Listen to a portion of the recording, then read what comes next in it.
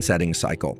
Sunlight, exercise, caffeine and eating, and social interactions bring your circadian clock into alignment with all of those Zeitgebers. So when I said it takes 3 days, if tomorrow you want to start beginning the process of becoming an early riser, you'd set your alarm for 5 a.m. No matter what time you went to sleep the night before, you're going to get up and you're going to do the 4 things that I described. Maybe leave out food if you don't want to eat. Maybe leave out caffeine if you want to delay by 90 minutes.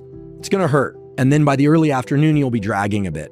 And you just have to be careful to not overindulge in caffeine, which will then cause you to fall asleep later. Then you want to go to sleep at your now naturally slightly earlier sleep time. The next day, you'll notice it'll be a little bit easier to do the morning routine I just described.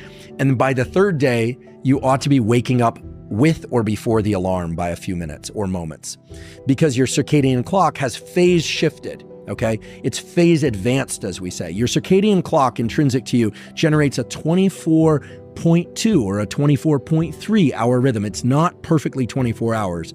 And that we believe, we don't know, but the just so story is that it's such that you're able to then shift that clock in one or the other direction. You can phase advance, so you wake up earlier and go to sleep earlier. You can phase delay. How do you phase delay? Well, you're probably doing this already. Everyone nowadays pretty much qualifies as a shift worker by the strict and not so strict criteria of shift work, which is, are you doing any kind of cognitive activity after 9 p.m.? Are you viewing any kind of bright lights after 9:30 p.m.? Most people would say yes.